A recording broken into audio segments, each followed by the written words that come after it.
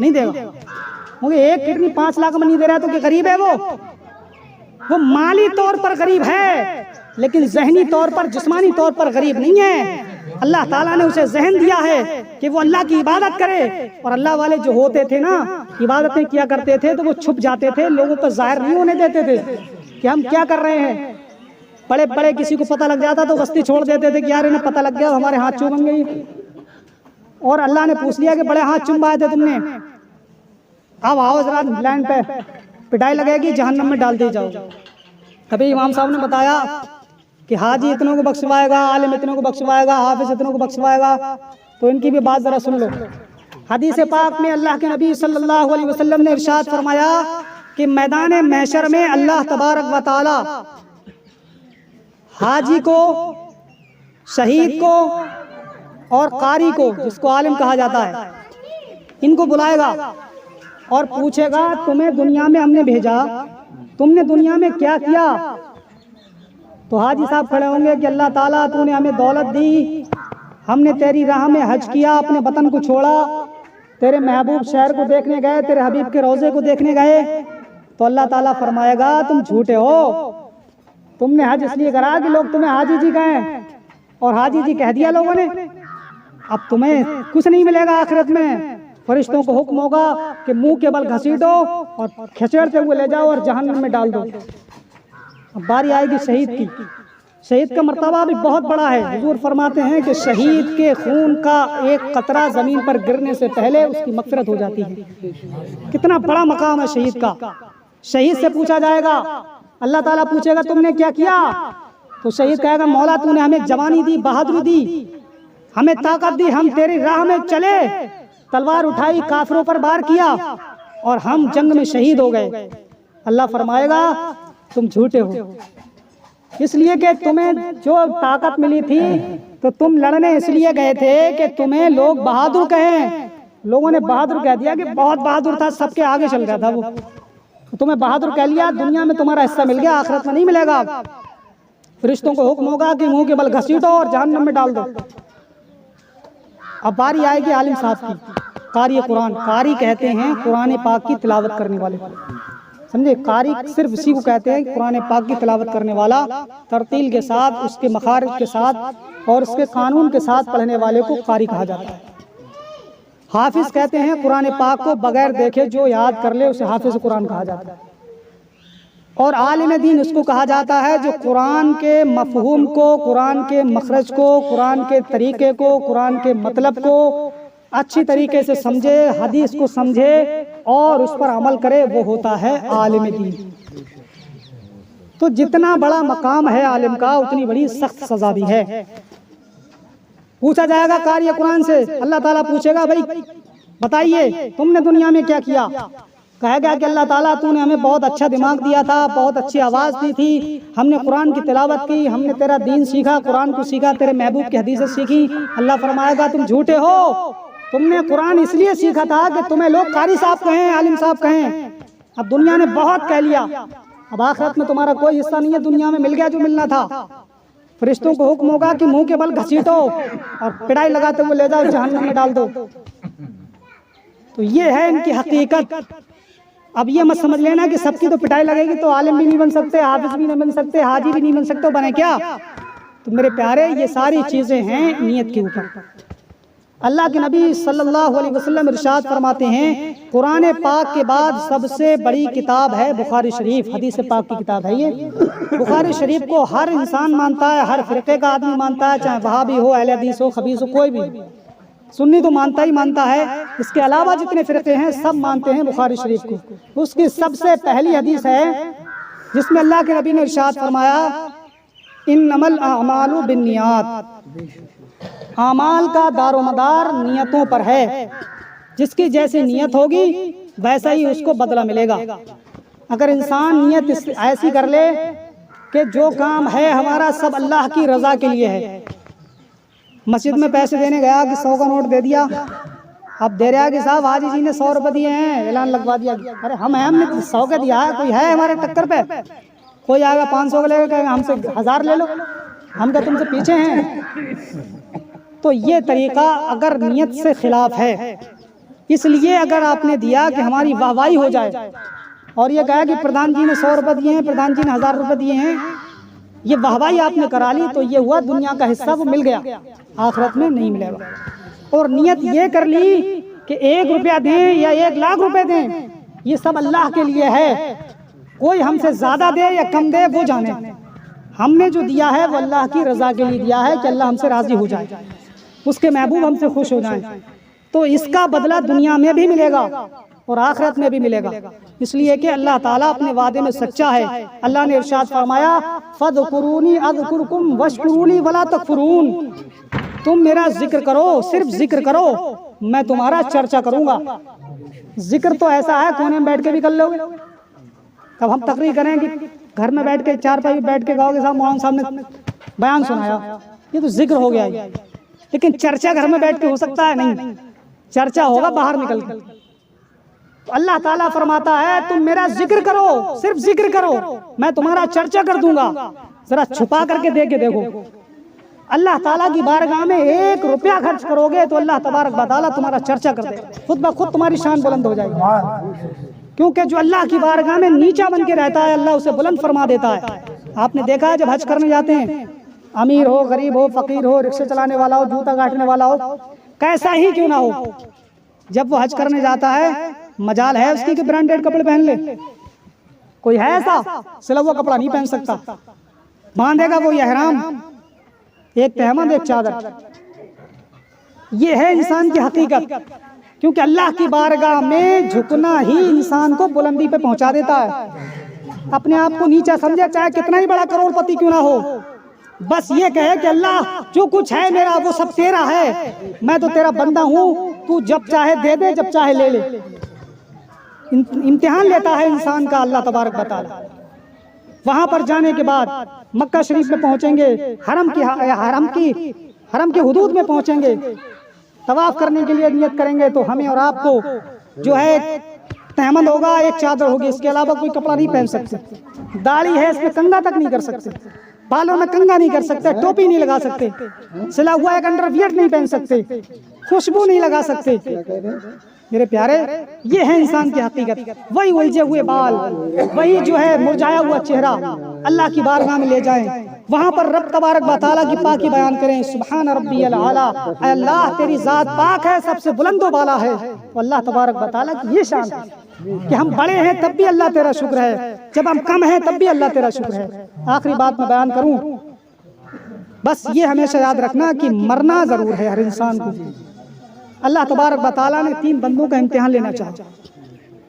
بہت سے لوگ یہ کہہ دیتے ہیں کہ صاحب چور بہت ہیں، بہت بڑا پھول لیا پھل لیا، ہم دن رات عبادت کر رہے ہیں، ہمارے گھر میں کچھ نہیں ہو رہا۔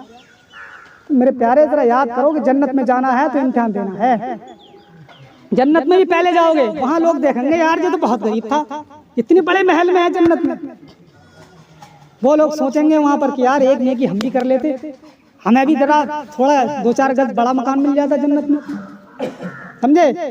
ایک نیکی کو بھی چھوٹا مت سمجھو، کیونکہ ایک نیکی بھی جنت میں ایک محل دلا سکتی ہے، اور جتنی نیکیاں کر کے جاؤ گے میدان محشر میں کمی کا احساس ہوگا، یہ سوچو گے یار ایک نیکی اور کر لیتے مزہ آ جاتا۔ بات سنو، 3 لوگوں کا اللہ تعالیٰ نے امتحان لینا چاہا، ایک گنجا تھا، ایک اندھا تھا اور ایک کوڑی تھا۔ آپ جانتے ہیں یہ بال ہیں، یہ اللہ کی نعمت ہے، ہم اور آپ سمجھتے ہیں کہ صاحب مانگ گاڑو نکل لو گھر پہ سے، اس سے پوچھو بالوں کی قیمت جس کے سر پہ بال نہیں، وہ جانتا ہے بال کی قیمت کیا ہوتی ہے۔ آنکھوں کی قیمت اس سے پوچھو جس کی آنکھیں نہیں ہیں۔ اللہ تعالیٰ نے امتحان لینا چاہا، فرشتوں کو بھیجا، کہا جاؤ میرے بندوں کا امتحان لو۔ گنجے کے پاس پہنچا، گنجے سے کہا بھائی یہ بتاؤ تمہیں سب سے زیادہ دنیا میں کیا چیز پسند ہے؟ تو گنجے نے پتہ کیا جواب دیا؟ گنجا بولتا ہے کہ یار میرے سر پہ بال آ جائیں یہ سب سے بڑی نعمت ہوگی میری۔ فرشتے نے ہاتھ پھیرایا، اس کے سر پہ بہت خوبصورت بال آیا، کہا یہ بتاؤ مال میں تمہیں کیا پسند ہے؟ تو روایت میں مختلف طریقے سے آیا ہے، میں جو بیان کروں اس کو سمجھنے کی کوشش کرنا، صرف سمجھانے کے طور پر یہ واقعہ بیان کر رہا ہوں۔ تو اس نے کہا کہ مجھے اونٹ بہت پسند ہے، تو ایک اونٹنی اس کو دی گئی جو پیٹ سے تھی، اس کو اونٹنی دی گئی اور اس فرشتے نے اس کے لیے برکت کی دعا کر دی گنجے کے لیے اونٹنی دے کر برکت کی دعا کر دی. اب اس کے پاس اتنے اونٹ ہو گئے کہ اسے سنبھالنا کرنے پڑے. اور اس کے بعد میں پہنچا کوڑی کے پاس. کہا یہ بتاؤ تمہیں کیا چیز دنیا کے اندر سب سے زیادہ پسند ہے؟ اس نے کہا کہ میں یہ پسند کرتا ہوں کہ میرے جسم پر جو گندگی ہے، جو کوڑ کا مرض ہے، یہ دور ہو جائے. میرے لیے بہت بڑی خوش قسمتی ہوگی. تو فرشتے نے ہاتھ پھرایا اور پھرانے کے بعد اس کا جسم بالکل بہترین ملائم جسم ہو گیا. اس کے لیے تمام بیماریاں دور ہو گئیں. اب کہا اب کیا مال میں کیا پسند کرے گا؟ کہا مجھے گائے بہت پسند ہے. تو اس کو گائے دے دی گئی. پیٹ سے گائے دے دی گئی. برکت کی دعا کر دی. بہت ساری اس کے پاس گائے ہو گئی. مال اتنا ہو گیا کہ سنبھالنا مشکل. اب پہنچا اندھے کے پاس. اس سے کہا بتاؤ بھائی تمہیں کیا چاہیے؟ کہا میری آنکھیں آ جائیں، میرے لیے بہت بڑی کمال کی بات ہے. آنکھوں پر ہاتھ پھرایا، آنکھیں درست. کہا مال کیا چاہیے؟ کہا مجھے بکری بڑی پسند ہے. بکری دے دی گئی اور دعا کر دی گئی. بکری اتنی ہو گئی کہ اسے سنبھالنا مشکل. تھوڑے دنوں کے بعد اللہ تعالیٰ نے کہا اب ان کے امتحان کا وقت شروع ہوتا ہے، اب جاؤ ان کا امتحان لو. پھر سے گنجے کے پاس پہنچا. بھائی بتاؤ اللہ کے نام پر مجھے، وہ گنجا بن کے گئے. گنجے کے پاس میں فرشتہ گیا گنجا بن کے. کہا میں بہت پریشان ہوں، مجھے ایک گائے اونٹ دے دو ایک. کہا بھائی اونٹ تو نہیں دے سکتا. اس نے 50 بہانے بنائے کہ اونٹ نہیں دے سکتا. اے میری مجبوری سمجھو، میں اونٹ نہیں دے سکتا. تو فرشتے نے کہا یاد کرو اپنے پرانے دن، کیا تم گنجے نہیں تھے؟ آج میری گنجے پن کو دیکھ کر کے تمہیں گھن آ رہی ہے؟ کیا تم گنجے نہیں تھے؟ بولے ہم گنجے نہیں تھے کبھی. جھوٹ بول رہے ہیں، جھوٹ. پھر ہم گنجے نہیں تھے. کہا یہ مال تمہیں بعد میں ملا نہیں ملا؟ کہا یہ مال تو ہمارے باپ دادا کی وراثت ہے، ہمارے باپ دادا کی وراثت میں ملا. تو فرشتے نے کہا تم گنجے تھے، تمہارے پاس کچھ نہیں تھا. میں اللہ کا فرشتہ ہوں، میں نے تمہارے سر پر ہاتھ پھیرا تھا، تمہارے بال آئے، تمہیں اتنا مال و دولت ملی، اتنے اونٹ ملے، یہ میری دعا سے اللہ نے عطا فرمائے تھے. بس فرشتہ کہنے لگا کہ اب تم امتحان میں ہوگا فیل. فرشتہ وہاں سے چلا گیا. وہ گنجا ویسا ہی ہو گیا. پھر سے گنجا ہو گیا، اس کا مال بھی ختم. اس کے پاس کوڑی کے پاس گئے. اس سے کہا کہ بھائی بتاؤ. کوڑی بن کے گیا فرشتہ. تو اس کو دور بھگا دیا. اس نے کہا بڑا گندا ہے، دور بھاگ. کہا یاد کرو اپنے پرانے دن، کیا آپ کوڑی نہیں تھے؟ کہا نہیں، ہم کبھی مرض میں مبتلا ہی نہیں ہوئے، ہمیں کوئی مرض لگا ہی نہیں کبھی. یہ دولت دیکھ رہا ہو، یہ ہمارے باپ دادا کی وراثت ہے. فرشتے نے کہا تم جھوٹے ہو، یہ تمہیں اللہ تبارک و تعالیٰ نے اپنے فضل و کرم سے نوازی تھی اور تم جھوٹ بول رہے ہو. فرشتے نے اس کو ویسا ہی کر دیا اور اس کا مال بھی سب ختم. اندھے کے پاس پہنچا، اندھا بن کر کے. فرشتے نے کہا بھائی میری مدد کی جائے. کہا کیا چاہیے؟ کہا مجھے ایک بکری چاہیے، اللہ کے نام پہ چاہیے. تو اندھے نے کہا کہ بھائی ایسا ہے، اللہ کے نام پہ لے رہے ہو تو ایک بکری میں تمہارا بھلا ہو جائے گا. اگر ایک میں نہ ہو تو پوری ریوڑ جتنا چاہو اتنا لے جاؤ، یہ سب اللہ کا ہی دیا ہوا ہے. اللہ کے نام پہ میں منع نہیں کر سکتا. جیسے تم اندھے ہو ویسے میں بھی اندھا تھا پہلے، میری آنکھیں اللہ نے واپس کر دی، مجھے مال اللہ نے عطا فرمایا. تو ایک بکری کیا چیز ہے؟ تم میری ساری دولت اللہ کے نام پہ لے جاؤ، یہ بہت کم ہے، بہت چھوٹا سا نذرانہ ہے. تو یہ تھا امتحان. اللہ تبارک و تعالیٰ نے فرمایا کہ یہ میرا بندہ کامیاب. اس واقعے سے ہمیں اور آپ کو سبق لینا چاہیے کہ ہمارے پاس پریشانی آئے یا آرام آئے، ہمیں اپنے پرانے وقت نہیں بھولنا چاہیے. پرانے وقت ہوں یا نہ ہوں، اللہ کو نہیں بھولنا چاہیے، کیونکہ اللہ تبارک و تعالیٰ منٹوں میں کیا ایک جھلک میں اللہ تعالیٰ امیر بھی کر سکتا ہے اور ایک جھلک میں امیر کو فقیر بھی بنا سکتا ہے. وہ جو چاہے کر سکتا ہے. لہذا ہمیشہ یاد رکھو قبر میں جانا ہے، وہاں کی پٹائی سے اگر بچنا ہے اور میدان محشر کی ذلت و رسوائی اور بے عزتی سے بچنا ہے اور جہنم کے ہتھوڑوں سے اگر بچنا ہے تو ہمیشہ اس بات کا عہد کر لو کہ ہم اللہ کی مرضی کے مطابق زندگی گزاریں گے. رسول اللہ نے جو طریقہ ہمیں بتایا ہے اس پر عمل کریں گے، کسی کو ستائیں گے نہیں، مومن بن کے رہیں گے. میرے آقا ہم سب کے آقا نے ارشاد فرمایا ہے کہ مومن کامل وہ ہے جس کے زبان سے اور ہاتھ سے اس کا مسلمان بھائی محفوظ رہے. تو نہ زبان سے کسی کو تکلیف دو، نہ ہاتھ سے کسی کو تکلیف دو. اگر آج طاقتور ہو تو کسی کمزور کو دبا کر کے اس کا مال ہڑپ کر کے اپنے آپ کو طاقتور مت سمجھو، کیونکہ طاقتوروں سے سب سے زیادہ طاقتور اللہ تعالیٰ ہے. وہ ساری طاقتیں ایک جھلکی میں سب ختم کر دو. دنیا میں کیا ہے؟ دنیا آتی جاتی چیز. دولت کیا ہے؟ انسان یہ تو کہہ دیتا ہے دولت ہمارے ہاتھ کا میل ہے، لیکن جب بیٹے کی برات کی بات آتی ہے تب دیکھ جاتی ہے دولت کہ یار یہ بھی چل جائے، یہ بھی چل جائے. لونڈے کو تو ہمارے وہاں سے اسکارپیو مل رہی تھی نا، اسکارپیو مل رہی تھی ہمیں، لیکن اب جو تم چاہو وہ دیکھ لو. کہہ بھی دیا سب، اسکارپیو مل رہی تھی مطلب کیا ہے؟ اسکارپیو مل رہی تھی تو تم بھی اسکارپیو کم سے کم دے دیو. لہذا یہ فقیرانہ انداز مت اپنائیے، یہ طریقہ ظالموں کا طریقہ ہے. مانگنا ہے تو رب سے مانگو میرے پیارے. جو ماں ہے نا، ماں سردی کا موسم پڑتا ہو، اس کا بچہ ایک بار گھٹا مارے نا ناک پہ کہ اماں آئس کریم دلا دو ٹھنڈ میں، تو اماں کہے گی نہ بیٹا ٹھنڈ ہو جائے گی اور ٹھنڈ ہو جائے گی. تھوڑا رویا، آنسو نکالے اس نے، تو اماں کہے گی رو مت، جا لیا دوائی دلوا دیں گے اگر بخار آ جائے. تو اماں تو 2-3 بار میں مان گئی، اور میرا رب تو 70 ماہ سے زیادہ مہربان ہے. 5 وقت کی نمازیں دی ہیں، ہاتھ دیے ہیں، یہ زبان سلامت دی ہے. مانگ کے تو دیکھو اپنے رب سے، اللہ تعالیٰ تمہیں کسی چیز کی کمی نہیں ہونے دے گا. اور اگر نہیں بھی ملتا ہے، دعا مانگنے کے بعد بھی دعا اگر قبول نہیں ہوتی ہے تو نبی فرماتے ہیں کہ جس کی دعا قبول نہیں ہوتی ہے، جب میدان محشر میں اپنی نیکیوں کا گٹھر دیکھے گا تو یہ تمنا کرے گا کہ کاش دنیا میں میری کوئی دعا قبول ہی نہیں ہوتی. مزہ آ جاتا کہ دنیا تو 60-70 سالہ زندگی ہے، یہاں تو ہمیشہ کی زندگی ہے، یہاں تو مزہ آ گیا، بہت بڑا محل ملا. تو یاد رکھو کہ اللہ کے یہ طریقے ہیں، اللہ کے کرم کی بارشیں ہم پر ہو رہی ہیں. کام بنے یا نہ بنے یہ رب کی حکمت ہوتی ہے، اس کا کوئی نہ کوئی راز ہوتا ہے. اللہ کسی کو بیٹے دیتا ہے، کسی کو بیٹیاں دیتا ہے، کسی کو بیٹے بیٹیاں دونوں دیتا ہے. تو یہ نہ سمجھیں کہ ہمیں اللہ نے بیٹے دیے ہیں تو ہم طاقتور ہیں. کوئی یہ نہ سوچے کہ جس نے اللہ نے ہمیں بیٹیاں دے دی ہیں تو ہم تو مارے گئے. کہ اللہ کی نعمت ہے، رزق دینے والا اللہ ہے. ہمیشہ اللہ کو یاد کرو، نیت اچھی رکھو، نیک کام کرو نیت اچھی کے ساتھ میں، تب دنیا میں بھی آرام ملے گا اور آخرت میں بھی اس کا بدلہ ملے گا. موت ہمیشہ ہمیشہ یاد رکھو، موت ہر انسان کو آنی ہے. لہٰذا اللہ سے دعا کرو کہ اللہ تبارک و تعالی ہم سب کو صراط مستقیم پر قائم رکھے اور اپنے محبوب کی سچی محبت عطا فرمائے اور مومن بن کر زندگی گزارنے کی توفیق عطا فرمائے اور مصطفیٰ جان رحمت صلی اللہ علیہ وسلم کی محبت میں ہی ہم سب کو موت عطا فرمائے. استغفر اللہ ربی من کل ذنب واتوب الیہ. ایک بار کلمہ شریف پڑھ لیں، لا الہ الا اللہ محمد رسول اللہ صلی اللہ علیہ وسلم.